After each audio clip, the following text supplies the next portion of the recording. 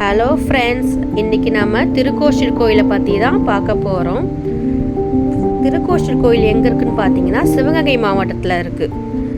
திருப்பத்தூர் மாவட்டத்தில்னு பார்த்தீங்கன்னா ஒரு 9 கிலோமீட்டர் தொலைவில் தான் திருக்கோஷ்டியூர் அமைந்திருக்கு. திருக்கோஷ்டியூருக்கு திருக்கோஷ்டியூர்னு பேர் வந்ததுக்கு காரணம் பார்த்தீங்கன்னா திருக்கை, தமிழில் திருக்கைனா கவலைன்னு சொல்லுவாங்க. இந்திரர்கள் மற்றும் முனிவர்கள் கவலைகளை இது போக்கியதால் திருக்கோஷ்டியூர் என்று பெயர் கொண்டது.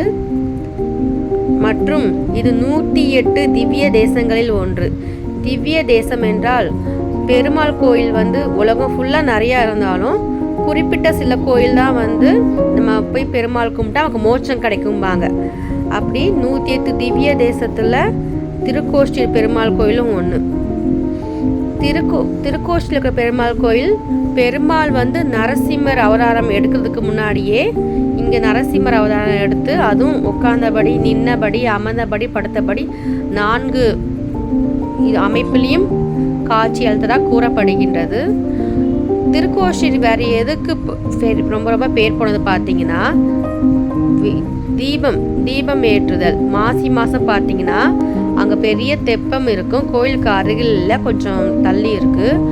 அந்த தெப்பத்தில் விளக்கேற்ற அவ்வளோ ரொம்ப ஃபேமஸானது. அந்த மாதிரி விளக்கேற்றி நிறையா பேருக்கு நிறையா நேர்த்திக்கடன் நிறைவேறிக்குன்னு சொல்லியிருக்காங்க. ரெண்டாவது, நீங்கள் திருக்கோஷ்டியூர் போய் சாமியை ஃப்ரீயாக கும்பிடணும்னு நினச்சிங்கன்னா சனிக்கிழமை தவிர, ஆனால் சனிக்கிழமை போய் பெருமாளை பார்த்தா தான் விசேஷம்பாங்க.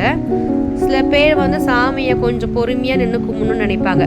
அந்த மாதிரி இருக்கிறவங்கலாம் சனிக்கிழமையெல்லாம் மற்ற நாட்களில் போனீங்கன்னா ஓரளவுக்கு ஃப்ரீயாக இருக்கும்.